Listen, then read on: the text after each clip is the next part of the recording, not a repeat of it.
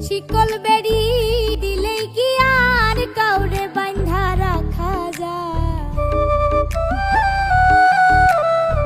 শিকল বেড়ি দিলেই কি আর কাউরে বাঁধা রাখা যায়? যদি থাকিতে না যায় কি লাভ হইল শিকল